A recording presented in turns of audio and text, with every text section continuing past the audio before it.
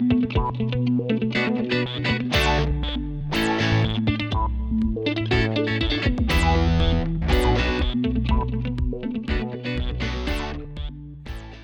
everyone, it's Shel C from PaperOcotilloStudio, and today I'm here to tell you about a Art Joy of Sharing theme and group-wide art collaboration this month of April.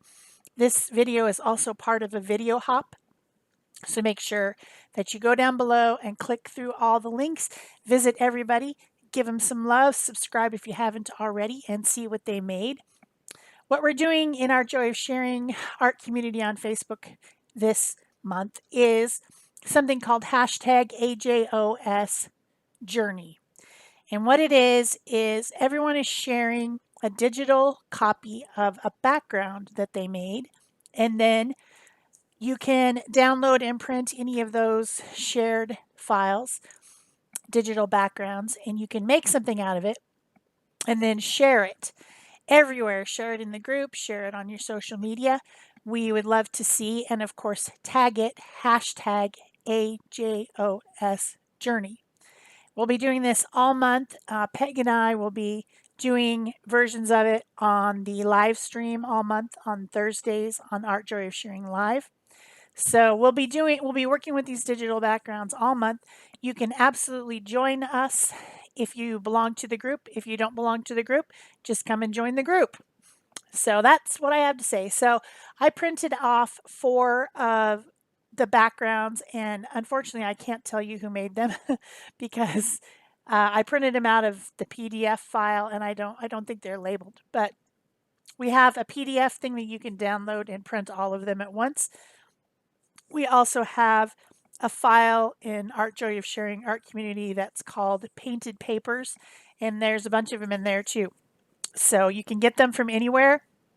All kinds of cool stuff that other people have made, like whether they made a mixed media background or a gel print or whatever. If they thought it was cool, they scanned it and shared it so that we can do this group-wide, worldwide art collaboration. Super fun, something that I recommend everyone should do. I've done this with small groups of people in the last several years, sharing digital files and then making art out of them. It's a great thing to do, so join us. So I have an inkjet printer at home. I don't have a laser printer. I'm actually considering taking that whole file on a little jump drive to a printer place and have them print them on laser, because if you laser print, then you can use these without sealing, and actually the colors will be a lot better. The ink is running out of my inkjet printer. It's always running out of ink, and the ink is expensive and it's just annoying, but you can print them on inkjet like I did. And then if you do that, you should seal them. The way that I do that is to use a little bit of fluid matte medium. Just put a couple drips on it and then quickly brayer over it, not rubbing back and forth, but just a quick roll, lift, roll, lift, roll, lift, one direction, roll, lift, roll, lift, roll, lift, the next direction, just to get it spread around. And then I let them dry. And then that seals the ink into the paper with an acrylic medium, and it won't smear or run when I use it in mixed media. So I'm using a straight edge to tear up the paper, and I tore different strips and put them of all 4 of them, which are similar colors. I thought they were all interesting, but they had kind of pinks and yellows and oranges, which is a great color combination, plus some blacks and a little bit of blue. There's a pattern and, dots and different things on them. So cool stuff. So I tore them into pieces, and I made the first layer of the background on a 5x7 canvas panel. You guys know I'm doing the 100 Days project, and this is still part of that. I think this is day 61. It's 100 days. Wow, I didn't realize how long that was. So I'm making little mixed media collages every day, or trying to do it every day. So this is one of them. So collaged on the background. Now I've taken some torn strips and I'm weaving them together. I taped down part of it and then wove the other pieces in using some of the darker piece and lighter piece so that I've got a little bit of contrast Unfortunately, it didn't stay as contrasty as that. I wished it had. Then I took a piece of lightweight rice paper and my gel matte medium, which is what I use to glue everything down on this one because it's printed on printer paper. That's something that I use gel medium for. It's not a lightweight print. I mean, it's lightweight enough for collage, but it's not super thin or anything. Doesn't wrinkle easily.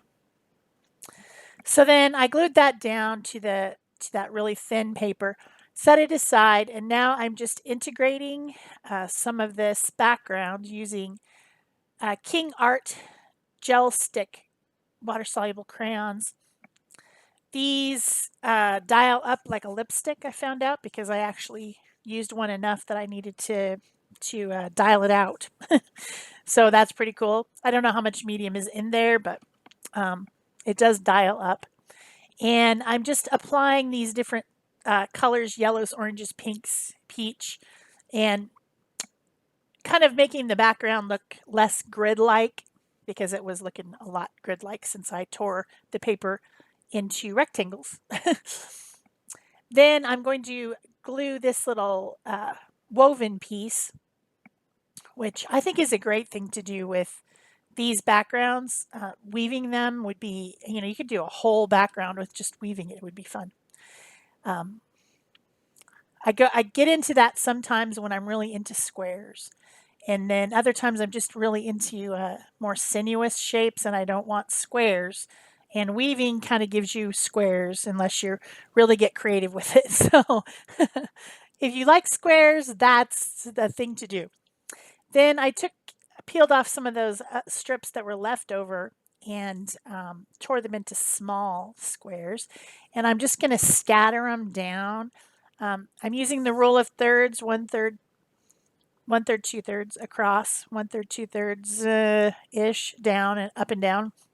And I want these to look like they've come unwoven and they're falling down, scattering themselves down and up in a vertical way. I like vertical a lot. I do that type of a style of an abstract a lot by having a 2/3 over vertical situation. I like it. And it's pleasing to me, so that's why I do it. So yeah, scattering them around using the same gel matte medium, making sure it's all stuck down by using a damp baby wipe and pressing. I don't know if you saw me do that. Then I thought I needed another focal something there because it just wasn't quite enough to finish off. So I thought about shading. Then I decided I would glue something else on there before I shaded, and I would use something else. So didn't use that. Oh, I thought. Okay, here's my thought. I wanted to do a little bit of dripping, and um, I thought that the acrylic ink would go down in the crevices of the weaving and make it stand out more. But that didn't actually happen. Actually, everything got more of the same tone and less dramatic than what it was before I did the dripping. So I kind of wished I hadn't done that.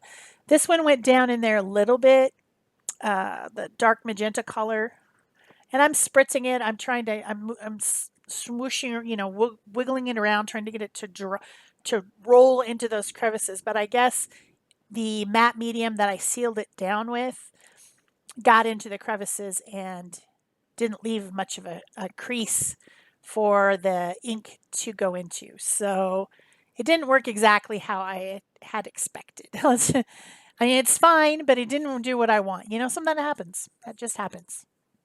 Still pretty. Still the same colors, yellows, oranges, pinks, which is what I was going for. So I went ahead and dried all that up and decided I needed to do the shading after all. So I'm using a black Stabilo All pencil. This pencil reacts to water really well and will blend out when I blend it. It'll be all like cool and watery. So that's why I chose that. I thought about using the Pentel pocket brush, and maybe I should have. That would have been more dramatic probably because this Stabilo all black pencil does looks really dark when you get it wet like this, but it doesn't stay like that. It when it dries, it gets lighter. So the Pentel pocket brush might have been a better choice. But anyway, I'm not drawing around every single square, right? I'm just doing shadows here and there, trying to make it interesting and abstract looking. And I'm pretty pleased with that. I wished it would have stayed as dark as that. It didn't. It lightened up. So then I thought I still need something else. So I'm looking through my doodles. I have some Pentel pocket brush on rice paper doodles that I did when I was watching television one night. I thought I should do something, and so I did those, and I decided to use this one that has rectangle abstract pattern with also this little circle that I cut out of that. It's like a circle made of 4 petals. I don't know how else to describe it, but it's part of the pattern in the background. And so I decided I would highlight one of those and have that contrast between the squares and rectangles and the circle. So I glued that one on too. Putting a lot of the fluid matte medium to really get that rice paper saturated so that the white part of the rice paper fades into the background. And, kind of like tissue paper. And I've got some more pencil work there. And then I decide what I want is all those little squares to really stand out.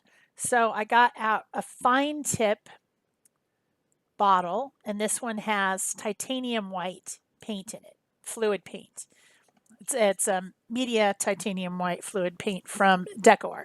And this paint is very opaque. So I can go over the centers of those little rectangles and square shapes and make them really white. I can also make fun little dots, and that's how I ended up kind of finishing everything was with dots. And this is an abstracted piece. This is just one way that you could use these backgrounds with collage. There's so many ways to use them. You can use them in your art journals. You could use them on tags or artist trading cards or iCads. I mean, anything, these are just backgrounds already made, and you can collaborate with another artist by using them. So I finished this piece off by using this white to make little dots here and there to try to highlight certain areas. And then I got out a black Posca pen after I dried this off to make sure that acrylic paint was all dry and not going to get on the nib of my Posca pen and ruin it. I hope you're enjoying this. I hope you guys do remember to go down below my video and click on the next link. Go and watch that person's video. And then, of course, continue on by clicking on the next person's link and the next person's in the descriptions of all their videos. Make sure to give them thumbs ups, leave them comments, and of course, subscribe to those channels if you haven't already. Video hops are always fun.